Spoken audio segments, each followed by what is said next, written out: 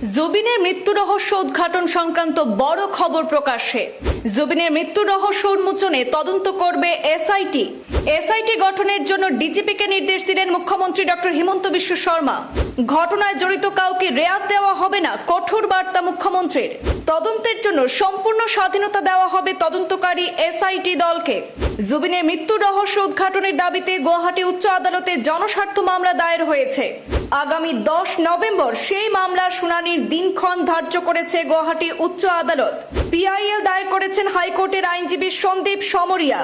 জুবিনের মৃত্যুর তদন্ত নিয়ে সিআইডির সাথে মুখ্যমন্ত্রী ডক্টর হিমন্ত বিশ্ব শর্মার বৈঠক সম্পন্ন। বৈঠকে উপস্থিত ছিলেন সিআইডির ডিজিপি এবং আসাম পুলিশের মহানির্দেশক হরমিত সিংও। প্রাগ নিউজের কার্যালয়ের সামনে প্রতিবাদে উত্তাল হয় জুবিন অনুরাগীরা। সঞ্জীব নারায়ণের গ্রেপ্তারির দাবিতে প্রতিবাদে অংশ নিয়েছে একাংশ যুবক।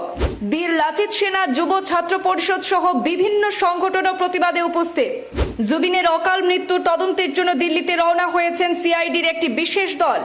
সিআইডির এই বিশেষ দলে রয়েছেন একজন অতিরিক্ত পুলিশ সুপার, একজন ডিএসপি এবং 2 জন পরিদর্শক। অপরাধ অনুসন্ধান শাখায় 18/2025 নম্বরে মামলা রুজু করা হয়েছে। মরণোত্তর পরীক্ষার সময় জুবিনের দেহের নমুনা সংগ্রহ করা হয়েছে। দিল্লিতে থাকা ফরেনসিক ল্যাবরেটরিতে জমা দেওয়া হবে জুবিনের দেহের নমুনা। অত্যন্ত সংবেদনশীল জুবিন মামলায় রাজ্য সরকার আপোষ করবে না। দ্বিতীয়বার ময়না তদন্ত করে তদন্তে গতি আনতে সরকার এবং প্রশাসনের তৎপরতা অব্যাহত।